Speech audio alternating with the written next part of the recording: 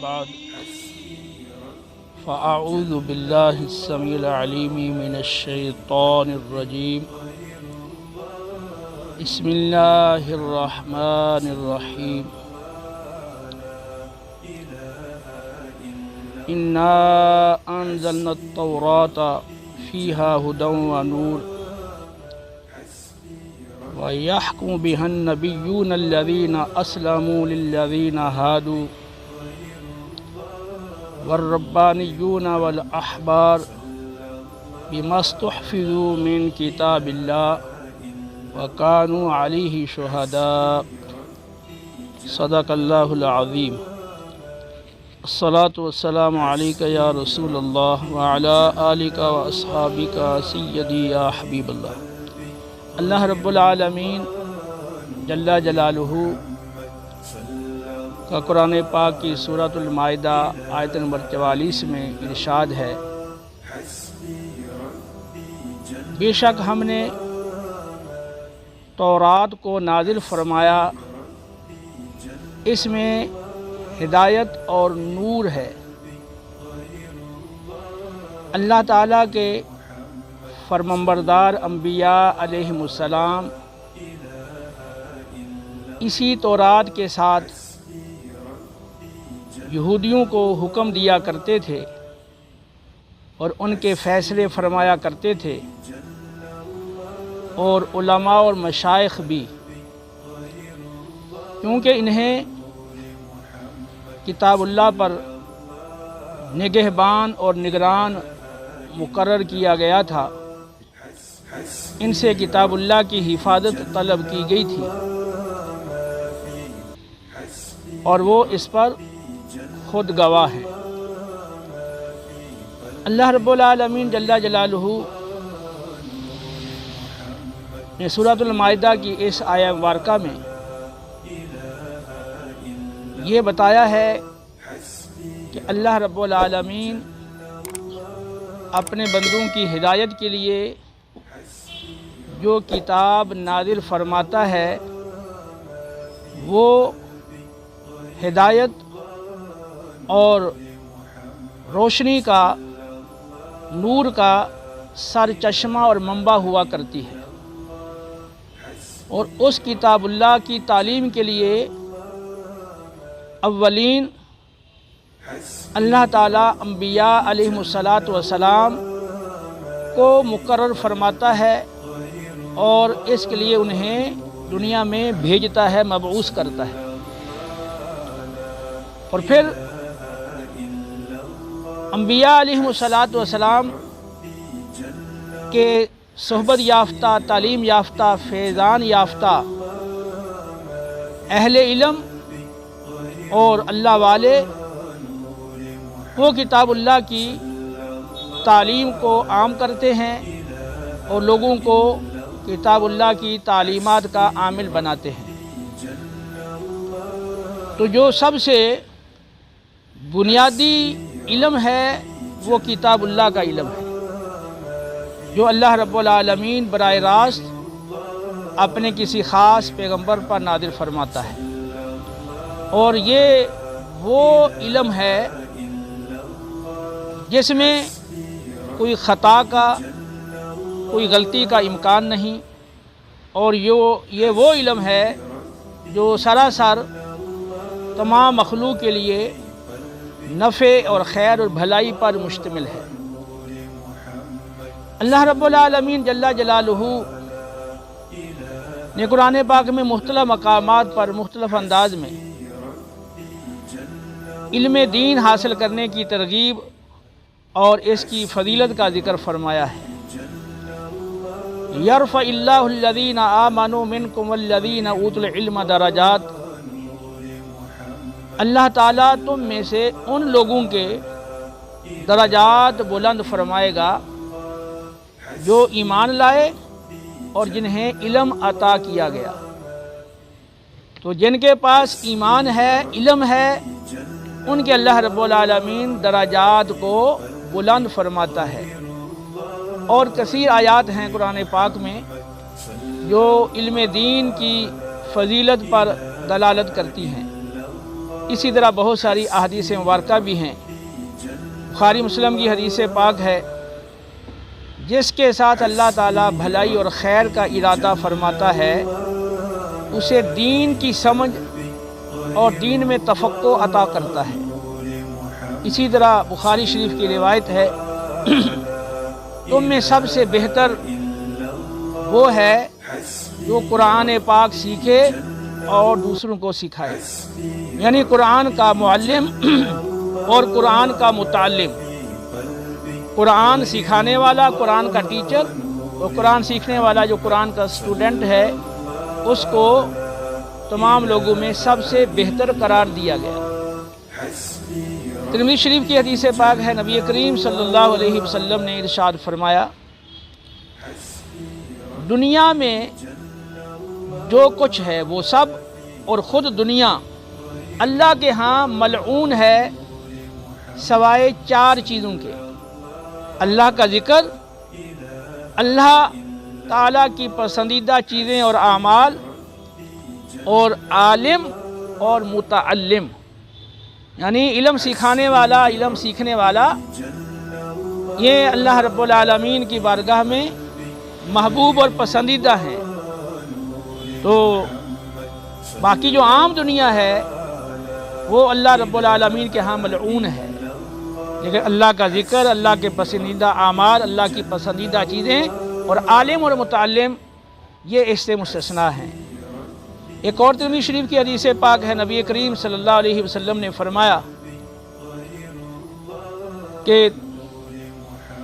جو لوگوں کو خیر کی تعلیم دینے والا ہے، جو خیر کا معلم ہے، اس پہ اللہ تعالیٰ بھی اپنی رحمت نازل کرتا ہے، اس کے فرشتے بھی اس کے لیے مغفرت کی دعا کرتے ہیں، خیر کی دعا کرتے ہیں، اور اہل آسمان، اہل زمین، اور یہاں تک کہ چونٹیاں اپنے سوراخوں میں اس کے لیے دعائے خیر کرتی ہیں۔ تو جو دین سیکھنے والا ہے، علم سیکھنے والا ہے اور علم سکھانے والا ہے، یہ معاشرے کے بہترین افراد قرار دیے گئے ہیں، کیونکہ معاشرے کی، سوسائٹی کی ترقی اور تمام تر خوشحالی اور فلاح و بہبود یہ سب علم کے ساتھ وابستہ ہے۔ جاہل قوم جو علم سے عاری ہے، علم سے ناآشنا ہے، وہ کبھی ترقی نہیں کر سکتی۔ جو قومیں ترقی کرتی ہیں اور جو قومیں معاشرے کے اندر کوئی نمایاں مقام حاصل کرتی ہیں، تو وہ وہی قومیں ہوا کرتی ہیں جو علم میں دوسروں سے آگے ہوتی ہیں۔ علم فی نفسے ہی کوئی بھی ہو وہ ایک اچھی چیز ہے اور وہ خیر کی چیز ہے، لیکن قرآن و سنت میں جس علم کے فضائل بیان کیے گئے اور جس کی ترغیب دی گئی اور جس کو لازم اور ضروری قرار دیا گیا، وہ قرآن و سنت کا علم ہے۔ وہ علم جو وحی کے ذریعے، ہاں وحی جلی ہو یا وحی خفی ہو، وحی کے ذریعے ہم تک آیا ہے، تو وہ علم تمام علوم کا سردار ہے، اور اس کا سیکھنا ہر ایک کے لیے بقدر ضرورت لازم اور ضروری ہے۔ رسول کریم صلی اللہ تعالیٰ علیہ وسلم خاص معلم بنا کر بھیجے گئے، یعلمہم الکتاب والحکمت ویزکیہم۔ آپ اس لیے اس زمین پر اور اس کائنات میں تشریف لائے تاکہ لوگوں کو کتاب و حکمت کی تعلیم دیں اور ان کے قلوب و اذہان کو پاکیزہ اور ستھرا بنائیں۔ قرآن پاک کی متعدد آیات مقدسہ کا یہی مضمون اور خلاصہ ہے کہ نبی کریم صلی اللہ علیہ وسلم معلم اور مزکی بنا کر بھیجے گئے ہیں۔ آپ علم سکھانے والے بھی ہیں اور اس کے ساتھ ساتھ تربیت فرمانے والے ہیں۔ خود رسول اللہ صلی اللہ علیہ وسلم ارشاد فرماتے ہیں، ترمذی شریف کی حدیث پاک ہے، ان اللہ لم یبعثنی معنتا ولا متعنتا ولکن بعثنی اللہ معلما میسرا۔ بے شک اللہ تعالیٰ نے مجھے مشقت میں ڈالنے والا اور تنگی پیدا کرنے والا بنا کر نہیں بھیجا، بلکہ اللہ تعالیٰ نے مجھے آسانی پیدا کرنے والا معلم بنا کر بھیجا ہے۔ نبی کریم صلی اللہ تعالیٰ علیہ وسلم جو تعلیم دیتے تھے وہ تعلیم بھی انتہائی کمال درجہ کی اعلیٰ تھی، اور جو آپ کا انداز تعلیم تھا، جو دین سکھانے کا، علم سکھانے کا آپ کا اسلوب تھا، وہ بھی نہایت ہی پیارا اور منفرد تھا۔ آپ کا ایسا بہترین انداز ہوتا اور نہایت حکمت عملی کے ساتھ آپ بات سمجھایا کرتے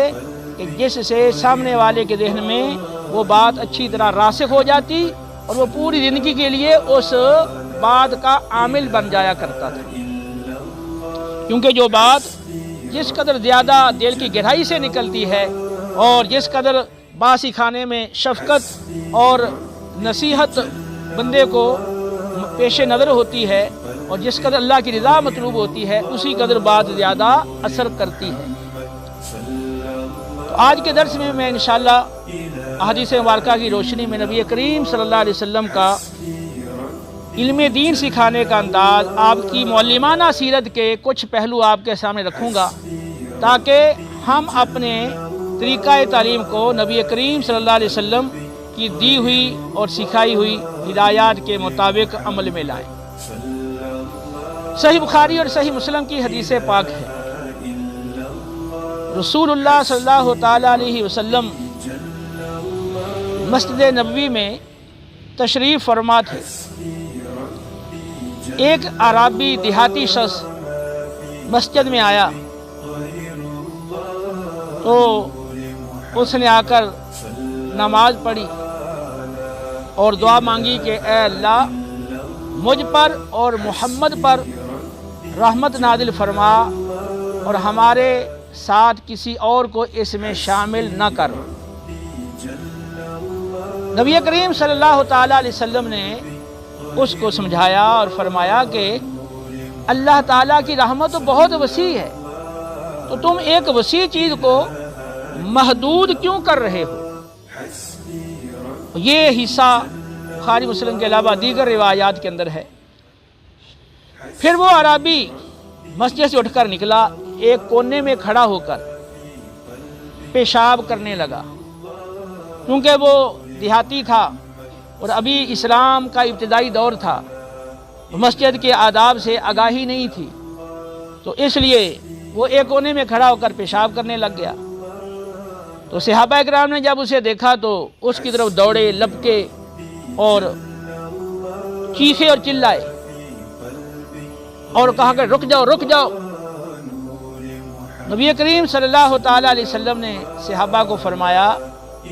کہ زبردستی اس کے پیشاب کو مت روکو اور تم لوگ ٹھہر جاؤ اور اسے چھوڑ دو اور اسے کچھ نہ کہو۔ جب وہ اعرابی پیشاب کر کے فارغ ہو گیا تو نبی کریم صلی اللہ علیہ وسلم نے فرمایا کہ پانی کا ڈول لے کر آؤ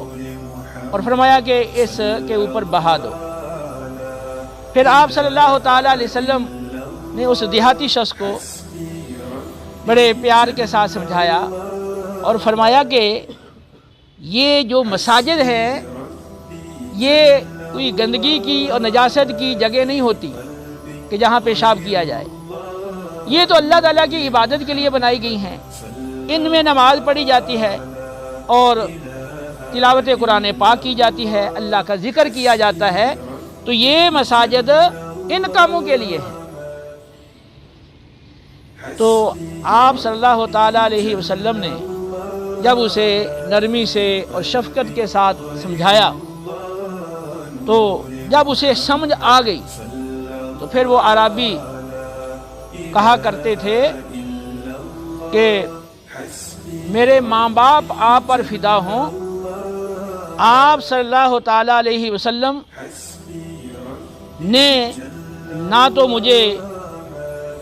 ڈانٹا اور نہ ہی مجھے برا بلا کہا اور نہ ہی مجھے مارا۔ نبی کریم صلی اللہ تعالیٰ علیہ وسلم نے مجھے بہترین انداز سے سمجھایا۔ تو وہ بعد میں نبی کریم صلی اللہ علیہ وسلم کی اس حوالہ سے بڑی تعریف کیا کرتے تھے۔ اب یہاں پر آپ غور کریں کہ نبی کریم صلی اللہ تعالیٰ علیہ وسلم نے جب یہ دیکھا کہ یہ ایک دیہاتی شخص ہے اور یہ مسجد کے تقدس اور مسجد کے آداب سے آگاہ نہیں، تو آپ نے صحابہ کو منع کر دیا کہ اب یہ اکثر اس نے پیشاب کرنا شروع کر دیا، اب اسے مت روکو، کیونکہ اگر اس کو اس حالت میں روکا جاتا تو ایک تو وہ گھبرا جاتا، دوڑتا، اور مسجد جگہ جگہ سے پیشاب سے آلودہ ہونے کا اندیشہ تھا، اس کے کپڑے بھی خراب ہو جاتے، اور پھر وہ شخص ہو سکتا ہے کہ وہ اس رویے کی وجہ سے نصیحت کو قبول نہ کرتا۔ لیکن نبی کریم صلی اللہ تعالیٰ علیہ وسلم نے وقتی طور پر صحابہ کو روک دیا کہ اس کو کچھ نہ کہو۔ جب وہ فارغ ہو گیا تو پھر آپ صلی اللہ تعالیٰ علیہ وسلم نے اسے احسن انداز سے سمجھایا اور اس کو مسجد کے آداب سکھائے۔ تو آپ صلی اللہ علیہ وسلم کا یہ سمجھانے کا مشفقانہ انداز، شفقت بھرا انداز اس کے اوپر اس طرح مؤثر ہوا کہ پھر بعد میں وہ آپ صلی اللہ علیہ وسلم کی تعریف بھی کرتا تھا اور یہ بھی کہا کرتا تھا کہ میرے ماں باپ آپ پر فدا ہوں، اور نبی کریم علیہ الصلوۃ والسلام نے جو ان سے آداب سکھائے پھر پوری زندگی وہ اس کا عامل رہا۔ تو اس میں ہمیں یہ ہدایت کی گئی ہے کہ معلم کو چاہیے کہ اگر متعلم یعنی شاگرد نیا نیا آیا ہے اور وہ کسی کام کے بارے میں جانتا نہیں، اس کو سمجھ بوجھ نہیں، اور وہ اس کام کے کرنے میں کوئی غلطی کرتا ہے تو اس کو فوری ڈانٹنا نہ شروع کر دے، اس کو برا بھلا یا کوسنا شروع نہ کر دے، نہ اس کو مار پیٹ کرے، بلکہ شفقت بھرے انداز میں احسن انداز سے اس کو سمجھائے۔ اسی طرح ایک روایت ہے صحیح مسلم کی، ایک انصاری صحابی کہتے ہیں کہ میں ایک نماز میں نبی کریم صلی اللہ علیہ وسلم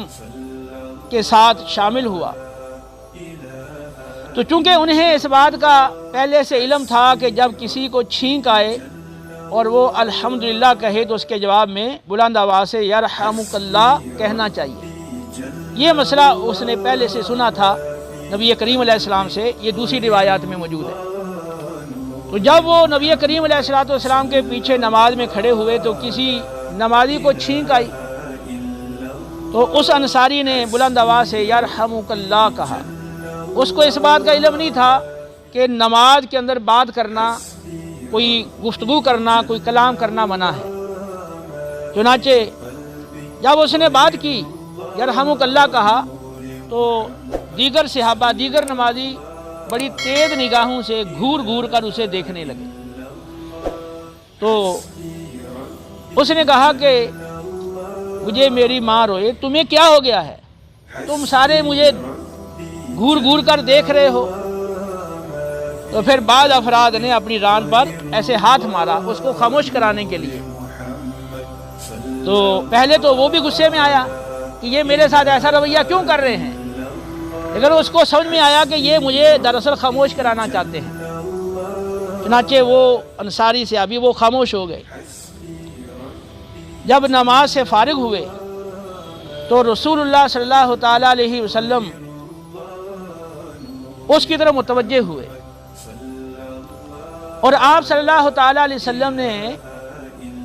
اسے فرمایا کہ اس نماز میں کلام کی عام کلام کی، انسانی کلام کی گنجائش نہیں، اس میں تو تسبیح کہی جاتی ہے، تکبیر کہی جاتی ہے اور قرآن پاک پڑھا جاتا ہے، نماز میں انسانی کلام کی گنجائش نہیں ہے۔ اور آپ نے اس کو احسن انداز سے، شفقت بھرے انداز سے جب سمجھایا تو وہ صحابی کہنے لگے ما رأیت معلما قبلہ ولا بعدہ احسن تعلیما منہ فواللہ ما قہرنی ولا ضربنی ولا شتمنی۔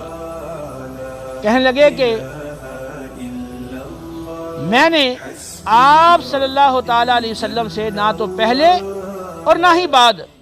آپ سے بہتر انداز میں سکھانے والا کوئی معلم دیکھا۔ اللہ کی قسم، آپ نے مجھے جھٹکا نہیں، مجھے مارا پیٹا نہیں، مجھے برا بلا نہیں کہا اور آپ نے مجھے شفقت بھرے بہترین انداز میں سمجھایا۔ یہ نبی کریم صلی اللہ علیہ وسلم کے سمجھانے کا انداز تھا کہ جس کو آپ سمجھاتے تھے وہ بھی آپ صلی اللہ علیہ وسلم کی تعریف کیے بغیر نہیں رہ سکتا تھا۔ آپ کے انداز تعلیم کو وہ سراہتا تھا اور اس کو وہ نہایت پسند کرتا تھا، اور آپ کی اس انداز سے دی ہوئی تعلیم کو وہ فوری قبول کر کے تا زندگی اس کے لیے اس کا عامل بن جایا کرتا تھا۔ صحیح بخاری اور صحیح مسلم کی ایک روایت ہے، حضرت حکیم بن حزام رضی اللہ تعالیٰ عنہ نبی کریم صلی اللہ علیہ وسلم کی بارگاہ میں حاضر ہوئے اور انہوں نے آ کر آپ سے کچھ سوال کیا، کچھ مانگا، تو آپ صلی اللہ علیہ وسلم نے اسے عطا فرمایا۔ انہوں نے پھر دوبارہ سوال کیا، آپ صلی اللہ علیہ وسلم نے دوبارہ پھر اسے عطا کیا۔ جب انہوں نے دوسری بار مانگا تو آپ نے عطا کرنے کے بعد انہیں سمجھایا، فرمایا کہ اے حکیم، یہ دنیا کا مال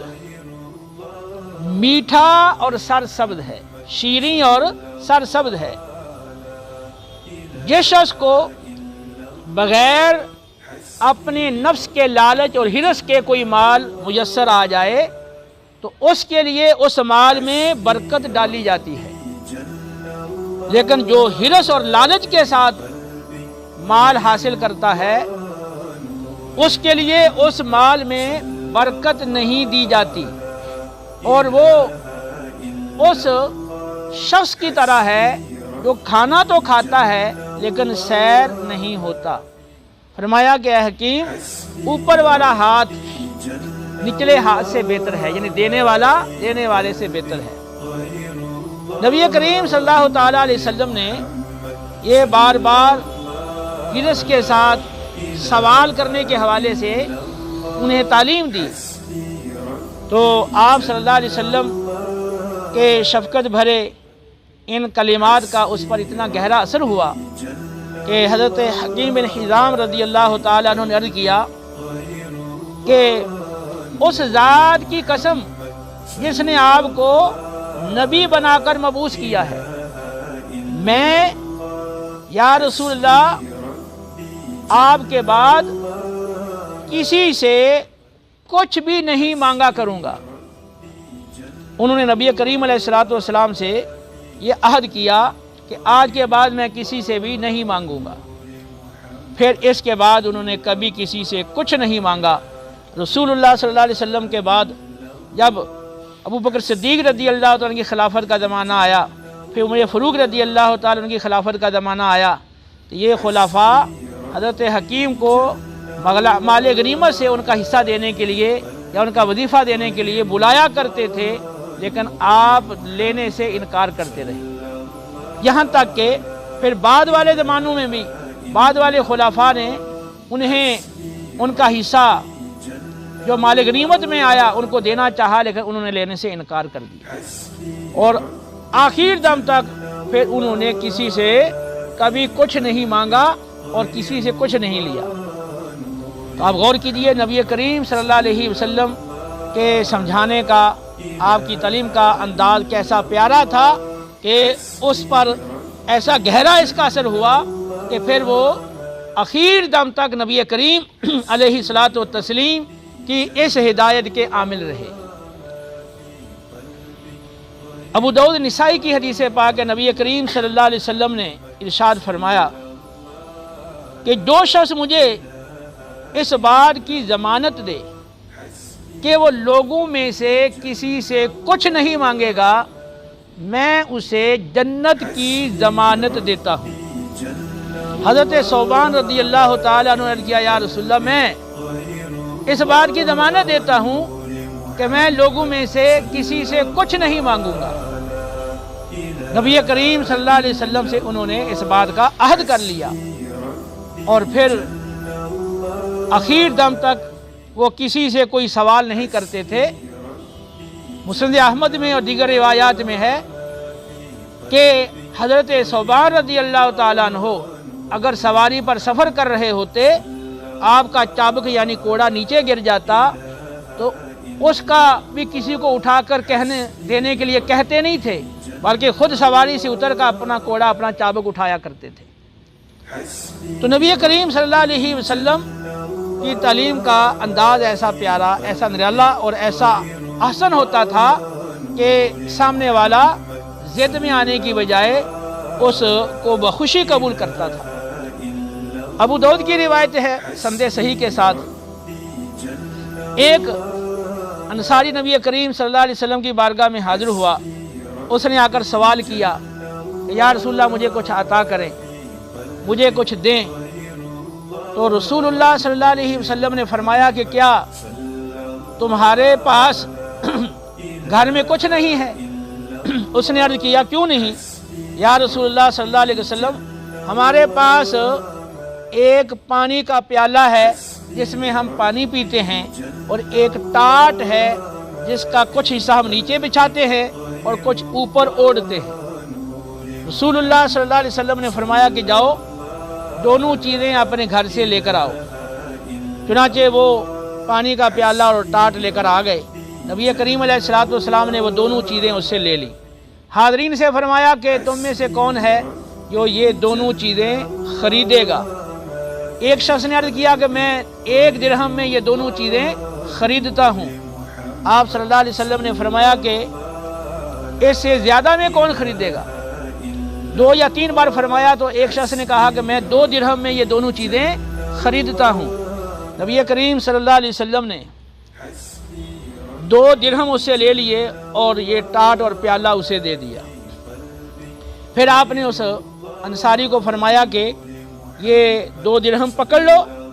1 درہم کا اناج لے کر اپنے گھر والوں کو دے آؤ اور 1 درہم کی کلہاڑی لے کر بازار سے میرے پاس لاؤ۔ چنانچہ اس نے حکم کی تعمیل کی، 1 درہم کا غلہ گھر میں لا کر دیا، 1 درہم کی کلہاڑی لے کر آیا۔ رسول اللہ صلی اللہ علیہ وسلم نے اسے وہ کلہاڑی پکڑ لی۔ آپ نے خود اپنے ہاتھ مبارک سے لکڑی کا دستہ اس کلہاڑی کے اندر ڈالا اور کلہاڑی اس کو تیار کر کے دے دی اور فرمایا کہ اب یہ کلہاڑی پکڑ لو اور جنگل میں جا کے لکڑیاں کاٹو اور بازار میں لا کر انہیں فروخت کرو، 15 دن تک مجھے یہاں نظر نہ آؤ۔ چنانچہ وہ چلے گئے اور لکڑیاں کاٹ کاٹ کر وہ بازار میں فروخت کرتے رہے۔ جب نبی کریم علیہ السلام کی بارگاہ میں وہ دوبارہ آئے تو اس وقت ان کے پاس 10 دراہم تھے، اس وقت ان کے پاس 10 درہم تھے۔ نبی کریم صلی اللہ علیہ وسلم نے فرمایا کہ یہ تمہارے لیے بہتر ہے قابل عشق کے کہ تم سوال کرتے اور یہ سوال بروز قیامت تمہارے چہرے کا داغ بن کر ظاہر اور نمایاں ہوتا۔ اور پھر فرمایا کہ کسی آدمی کے لیے سوال کرنا حلال نہیں سوائے 3 افراد کے، کہ وہ شخص جس کو افلاس نے اور غربت اور تنگ دستی نے ذلیل کر کے رکھ دیا ہو، اور دوسرا وہ شخص جس کے اوپر اچانک کوئی بہت بڑا تاوان آ گیا اور اب اس کے اندر ادا کرنے کی طاقت نہیں رہی، اور تیسرا ایسا شخص کہ جس پر کوئی تکلیف دہ دیت لازم آ گئی ہو، خون بہا اس پہ لازم آ گیا ہو اور وہ اس کے ادائیگی سے عاجز ہو۔ تو رسول اللہ صلی اللہ علیہ وسلم نے دیکھیں کہ وہ شخص جس کے پاس ساری جمع پونجی صرف 2 درہم کے برابر ہے، تو نبی کریم علیہ السلام نے اس کو ایک بہترین کاروباری شخص بنا دیا کہ جس سے وہ بہتر انداز سے اپنی روزی کمانے لگ گیا۔ نبی کریم صلی اللہ تعالیٰ علیہ وسلم تعلیم بھی دیتے تھے اور اس کے ساتھ ساتھ لوگوں کی حاجات کو بھی پورا کرتے تھے، اور جو لوگ ایسے ہی مانگ رہے ہیں یا مانگ رہے ہوتے کہ جن کے اندر کمانے کی اور محنت مزدوری کرنے کی صلاحیت ہوتی لیکن اس کے باوجود وہ مانگ رہے ہوتے، تو نبی کریم علیہ السلام ان کی تربیت فرماتے اور ان کو کام کرنے کے قابل بنا دیا کرتے تھے۔ نبی کریم صلی اللہ تعالیٰ علیہ وسلم کا یہ نہایت ہی اعلیٰ وصف تھا۔ صحیح بخاری اور صحیح مسلم کے اندر وہ روایت طویل روایت موجود ہے، جس کا ایک حصہ یہ ہے کہ جب آپ غار حرا سے پہلی وحی لے کر آئے تھے تو حضرت خدیجہ الکبریٰ رضی اللہ تعالی عنہا نے آپ کو تسلی دیتے ہوئے یہ کلمات کہے تھے کہ اللہ کی قسم اللہ رب العالمین کبھی بھی آپ کو بے یار و مددگار نہیں چھوڑے گا، کیونکہ آپ ہمیشہ سچ بولتے ہیں، اپنے رشتہ داروں کے ساتھ حسن سلوک فرماتے ہیں اور بے آسرا لوگوں کی کفالت کا بوجھ اٹھاتے ہیں، اور آپ جو غریب ہیں، نادار ہیں، تو آپ ان کو کمانے کے قابل بناتے ہیں، اور آپ مہمانوں کی مہمان نوازی کرتے ہیں، اور حوادث جن لوگوں کو پیش آ جائیں تو حوادث میں لوگوں کی مدد فرماتے ہیں۔ تو نبی کریم صلی اللہ تعالیٰ علیہ وسلم بہترین معلم اور بہترین مربی تھے، اور آپ کی تعلیم کوئی خاص وقت یا خاص جگہ پر منحصر نہیں تھی۔ جس طرح ایک تو باقاعدہ ایک مدرسہ ہے، ایک اسکول ہے، ادارہ ہے، تو وہاں باقاعدہ مخصوص وقت کے لیے تعلیم دی جاتی ہے۔ نبی کریم صلی اللہ علیہ وسلم باقاعدہ اصحاب صفہ کو مسجد میں بیٹھ کر تعلیم دیتے تھے۔ اس کے علاوہ بھی آپ سفر میں ہوتے، حضر میں ہوتے، آپ کسی بھی مقام پر ہوتے، تو آپ کا شب و روز تعلیم کا سلسلہ یہ جاری رہتا تھا۔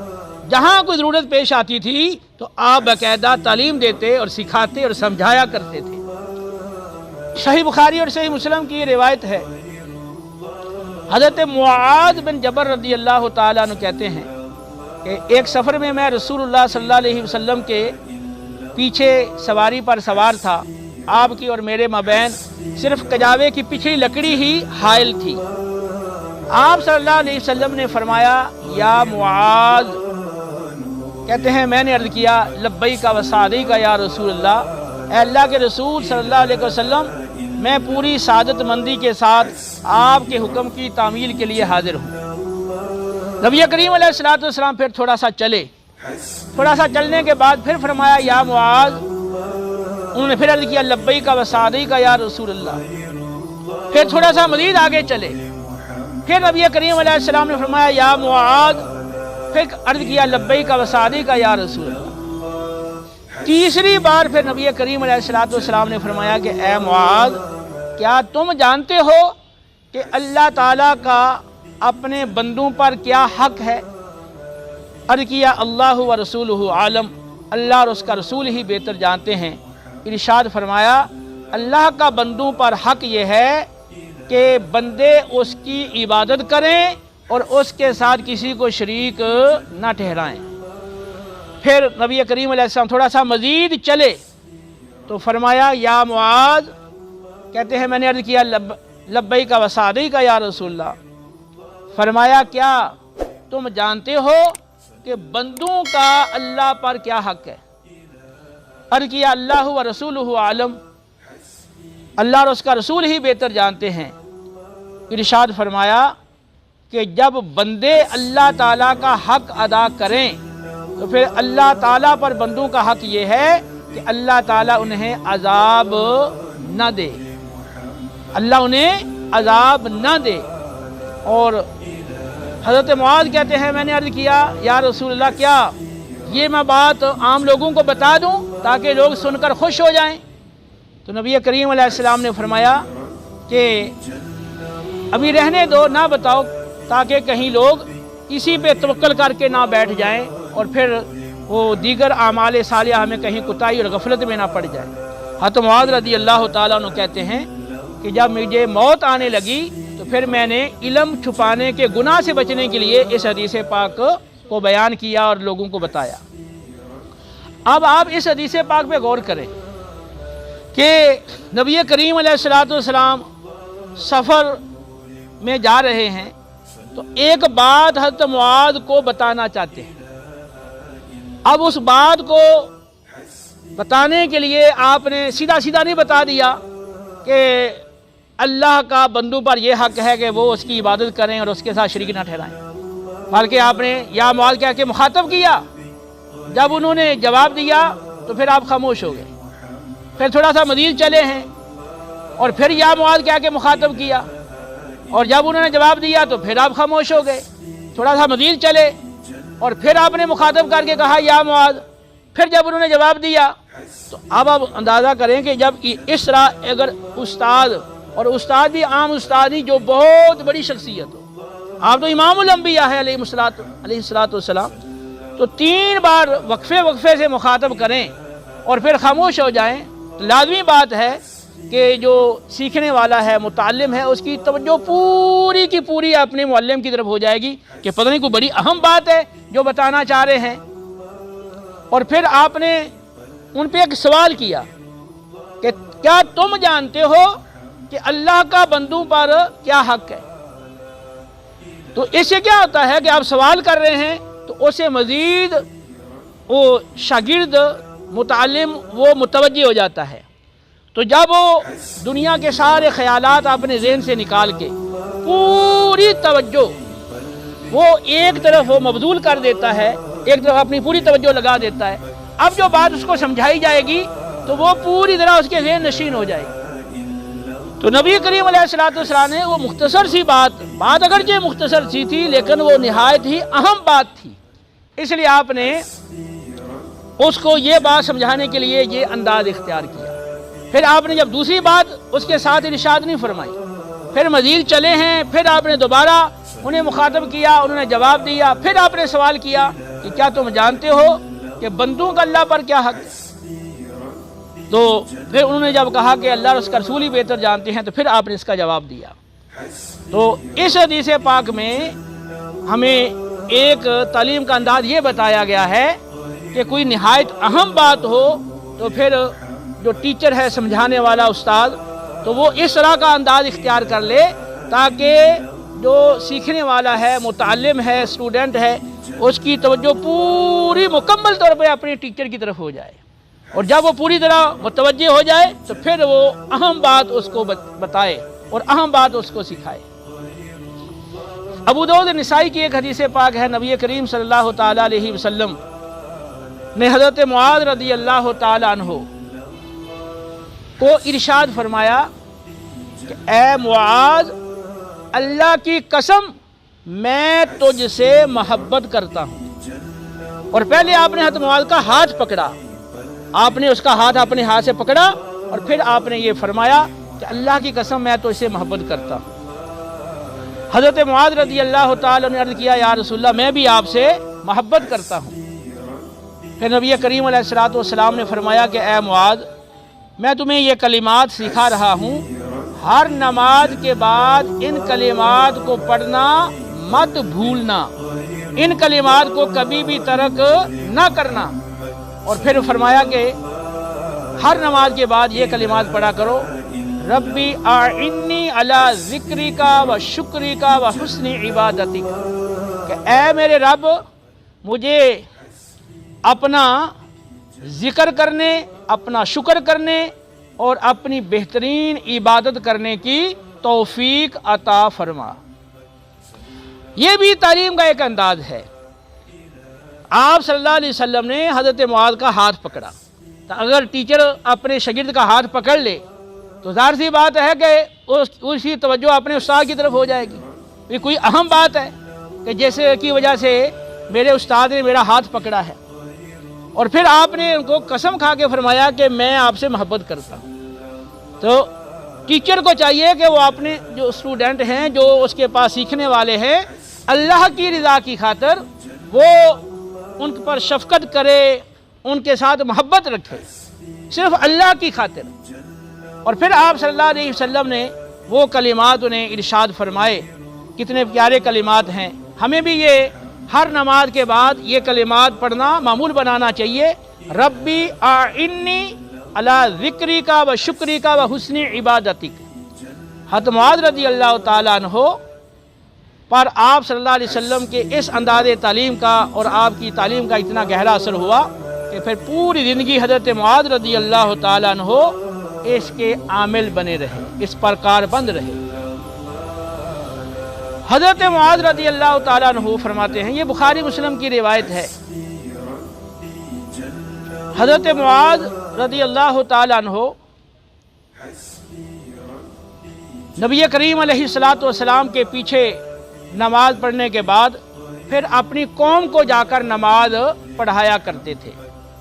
ایک بار نفل نماز پڑھ لیتے تھے اور ایک بار فرض پڑھتے تھے۔ تو ایک بار آپ اپنے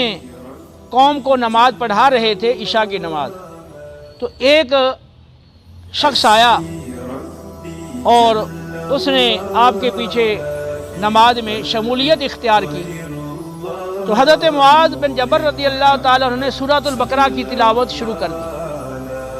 تو جب وہ اس شخص نے دیکھا بھی یہ تو سورہ بقرہ بڑی لمبی سورت انہوں نے شروع کر دی ہے اور پتہ نہیں یہ کب تک تلاوت کریں گے، چنانچہ اس نے سلام پھیر دیا اور جماعت سے الگ ہو کر اپنی نماز پڑھی اور چلا گیا۔ تو صحابہ کرام نے اسے کہا بھی تو منافق ہے، یعنی نماز چھوڑ کے الگ نماز پڑھنا تو یہ تو منافقت والا کام ہے۔ تو صحابہ نے کہا تو منافق ہے۔ حضرت معاذ نے بھی اس کو برا بلا کہا، تو اس نے کہا میں منافق نہیں ہوں، اور تم نے جو میرے ساتھ رویہ اختیار کیا ہے میں رسول اللہ صلی اللہ علیہ وسلم کی بارگاہ میں جا کر اس کی شکایت کروں گا۔ چنانچہ رسول اللہ صلی اللہ علیہ وسلم کی بارگاہ میں وہ شخص حاضر ہوا، عرض کیا یا رسول اللہ صلی اللہ علیہ وسلم، ہم وہ لوگ ہیں جو اونٹوں پر سارا دن پانی لا کر کھیتوں کو اور باغوں کو سیراب کرتے ہیں، تو سارا دن کام کاج کرنے کی وجہ سے ہم بالکل تھک جاتے ہیں۔ اب میں تھکا ہوا آیا تو میں نے نماز شروع کی تو معاذ نے سورہ بقرہ پڑھنا شروع کر دی، تو میں تو اتنی دیر نہیں کھڑا ہو سکتا تھا، تو میں نے پھر الگ ہو کر اپنی نماز پڑھ لی۔ اب انہوں نے مجھے منافق کہنا شروع کر دیا اور معاذ نے مجھے برا بلا کہا۔ نبی کریم صلی اللہ علیہ وسلم نے جب یہ بات سنی تو آپ حضرت معاذ رضی اللہ تعالیٰ عنہ پہ ناراض ہوئے۔ آپ نے فرمایا یا معاذ انت فتان، کیا تو لوگوں کو آزمائش میں مبتلا کرنا چاہتا ہے؟ تو آپ نے تھوڑا سا ناراضگی کا انداز اختیار کیا اور ان انداز میں انت فاتن، تو کیا تو فتنے میں مبتلا کرنا چاہتا ہے؟ 3 بار ارشاد فرمایا سورہ سبح اسم ربک الاعلیٰ پڑھ لیا کرو، سورہ والضحیٰ، سورہ شمس اور سورہ واللیل اذا یغشیٰ پڑھ لیا کرو۔ تو نبی کریم صلی اللہ علیہ وسلم نے اس موقع پر حضرت معاذ رضی اللہ تعالیٰ عنہ کو اس خاص انداز سے تنبیہ فرمائی۔ تو بعض اوقات ایسا مقام بھی ہوتا ہے جس میں تھوڑے سے زجر کی بھی حاجت ہوتی ہے، کیونکہ آپ نے انہیں فرمایا کہ تمہارے پیچھے کمزور لوگ بھی ہوتے ہیں، بوڑھے بھی ہوتے ہیں، حاجت مند بھی ہوتے ہیں، بیمار بھی ہوتے ہیں، اس لیے یہ درمیانی صورتیں پڑھا کرو۔ تو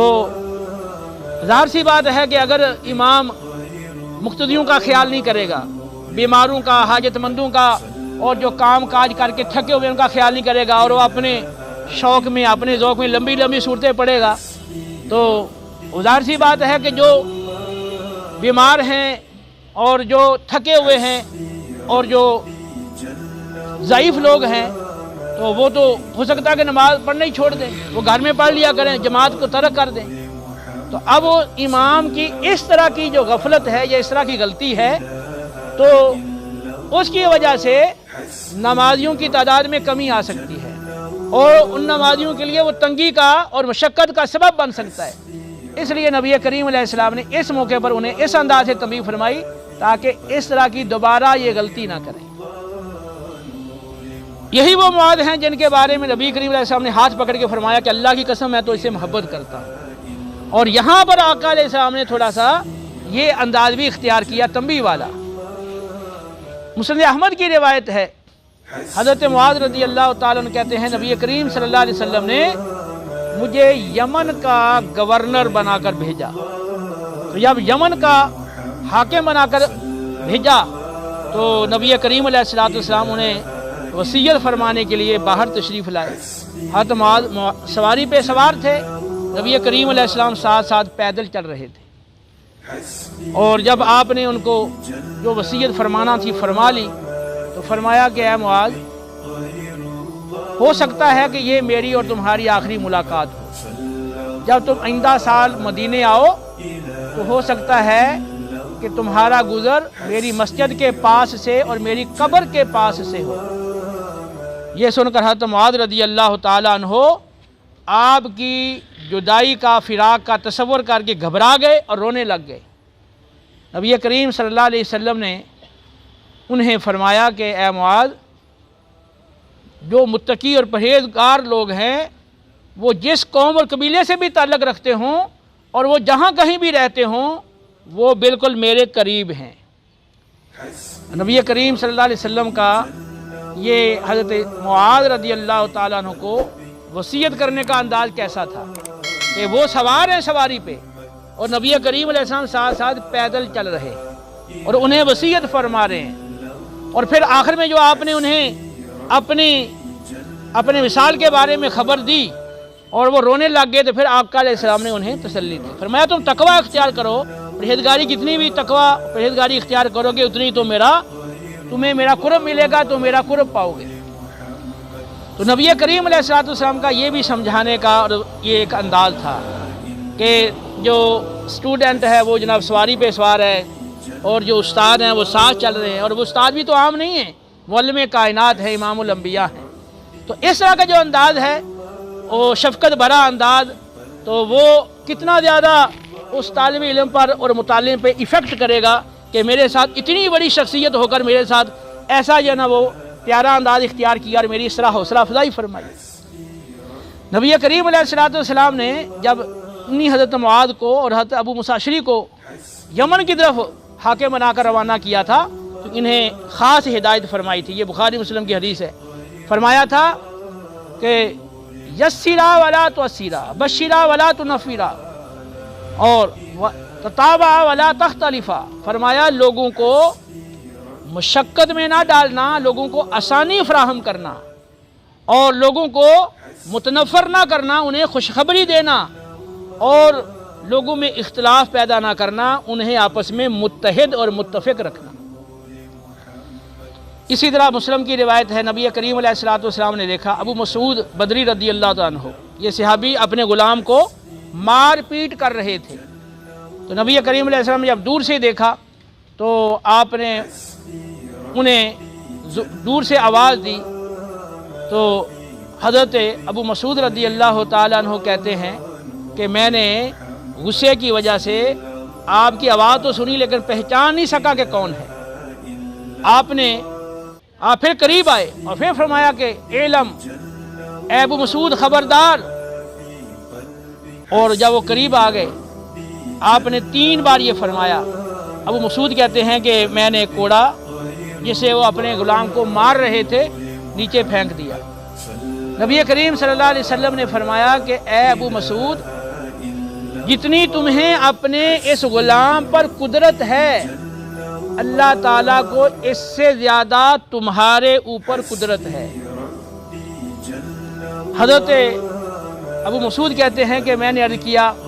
یا رسول اللہ، میں نے اپنے اس غلام کو اللہ کی راہ میں آزاد کیا۔ آپ صلی اللہ علیہ وسلم نے فرمایا اگر تم اسے آزاد نہ کرتے تو تمہیں جہنم کی آگ چھوتی۔ اب آپ دیکھیں کہ وہ ابو مسعود اپنے غلام کو مار رہے تھے، مار پیٹ کر رہے تھے، لیکن نبی کریم صلی اللہ علیہ وسلم نے دور سے دیکھ کر ہی انہیں آواز دی اور انہیں خبردار کیا، اور پھر آپ قریب آئے ہیں اور پھر آپ نے اس کو سمجھایا ہے کہ جتنی تمہیں اس پر قدرت ہے تو اللہ تعالیٰ کو اس سے زیادہ تمہارے اوپر قدرت ہے۔ تو انہوں نے پھر اپنے اس غلام کو اللہ کی راہ میں آزاد کر دیا۔ بہت ساری روایات ہیں کتب احادیث کے اندر، نبی کریم صلی اللہ علیہ وسلم نے مختلف مواقع پر صحابہ اکرام کو جو اس وقت کا تقاضا تھا اور جو آپ کے سامنے موجود تھا اس کا جو ذہن اور اس کا علم اور اس کا جو مرتبہ تھا اس کے لحاظ کرتے ہوئے آپ صلی اللہ علیہ وسلم تعلیم دیا کرتے تھے کہ جتنا وہ صاحب عقل ہے اس کی عقل جتنی کی بات سمجھ سکتی ہے اور جس انداز سے اس کو سمجھایا جا سکتا ہے اور جس انداز سے اس کو بہتر سمجھا سکتی ہے، تو آپ وہ وقت کا تقاضا، اس مقام کا تقاضا اور جو جس کو سکھایا جا رہا ہے اس کی نفسیات کا تقاضا، یہ ساری چیزیں سامنے رکھ کر آپ صلی اللہ علیہ وسلم تعلیم دیتے تھے۔ اور آپ صلی اللہ علیہ وسلم کی تعلیم میں شفقت کا انداز، نرمی کا انداز، اور آپ صلی اللہ علیہ وسلم کہ تعلیم کے اندر خوبصورتی اور سہولت اور آسانی ہوتی تھی، دین سمجھانے کا انداز اس میں مشکل نہیں ہوتی تھی، اس میں سمجھنے والے کو آپ کا کلام سمجھنے میں کوئی دقت یا مشقت نہیں ہوتی تھی، تو سمجھانے کا انداز بھی سہل ہوتا، آسان ہوتا، اور پھر نرمی اور شفقت کے ساتھ سمجھاتے۔ تو اس حوالے سے خاص طور پر جو تعلیم کے شعبے سے وابستہ لوگ ہیں، انہیں نبی کریم صلی اللہ علیہ وسلم کی معلمانہ سیرت کے ان مختلف پہلوؤں کو اپنے پیش نظر رکھنا چاہیے، اور بجائے ڈانٹ ڈپٹ کرنے کے، بجائے برا بلا کہنے کے، بجائے مار پیٹ کے، نرمی والا انداز، شفقت والا انداز، ہمدردی والا انداز اپنایا جائے، اور سہل سے سہل انداز اپنایا جائے، اور بچوں کی توجہ حاصل کرنے کے لیے ایسا رویہ کو اختیار کیا جائے کہ جس سے سیکھنے والوں کی توجہ پورے طور پر اپنے ٹیچر کی طرف ہو، اور معلم کے لیے ضروری ہے کہ اس کے اندر اپنے طلباء کی ہمدردی ہو، خیرخواہی ہو۔ تو جب معلم ان اوصاف سے موصوف ہوگا کہ اس کے دل میں سچی خیرخواہی ہوگی اور سچا سکھانے کا جذبہ ہوگا، اخلاص ہوگا، اللہ کی رضا مقصود ہوگی، اور وہ جس کو جو سیکھنے کے لیے آیا ہے اس کی بے عزتی کرنے کی بجائے اس کی رسپیکٹ کرے گا۔ خود نبی کریم علیہ السلام نے فرمایا تھا کہ تمہارے پاس دین سیکھنے کے لیے لوگ دور دراز سے آئیں گے تو تم انہیں مرحبا کہنا، ان کو ریسپیکٹ دینا۔ آپ نے صحابہ کو اس بات کی تعلیم دی تھی، تو بعض صحابہ باقاعدہ جو علم دین سیکھنے آتے تھے انہیں مرحبا کہہ کر نبی کریم علیہ السلام کے اس فرمان پہ عمل کرتے تھے۔ تو یہ اگر معلم حضرات اس انداز کو اختیار کریں، اور پھر نبی کریم علیہ السلام کا یہ جو طریقہ ہے یہ صرف خاص معلمین کے لیے نہیں، والدین نے اپنے بچوں کی تربیت کرنی ہے، وہ بھی اس سے رہنمائی حاصل کریں، اور اسی طرح جو افسران ہیں وہ اپنے ماتحتوں کے ساتھ کیسا رویہ اختیار کریں، وہ بھی اس سے رہنمائی حاصل کریں۔ اس طرح ہر شخص کو چاہیے کہ وہ نبی کریم علیہ السلام کی معلمانہ زندگی سے رہنمائی حاصل کرے، اور پھر اس کو اپنی عملی شکل کے اندر لے کر آئے، اور پریکٹیکل لائف میں اس کو لے کر آئے، تاکہ نبی کریم صلی اللہ علیہ وسلم کی جو معلمانہ سیرت ہے ہم اس کو عملی طور پہ اپنا کے ہم دنیا و آخرت کی بھلائی حاصل کریں۔ اللہ تعالی ہمیں عمل کی توفیق دے۔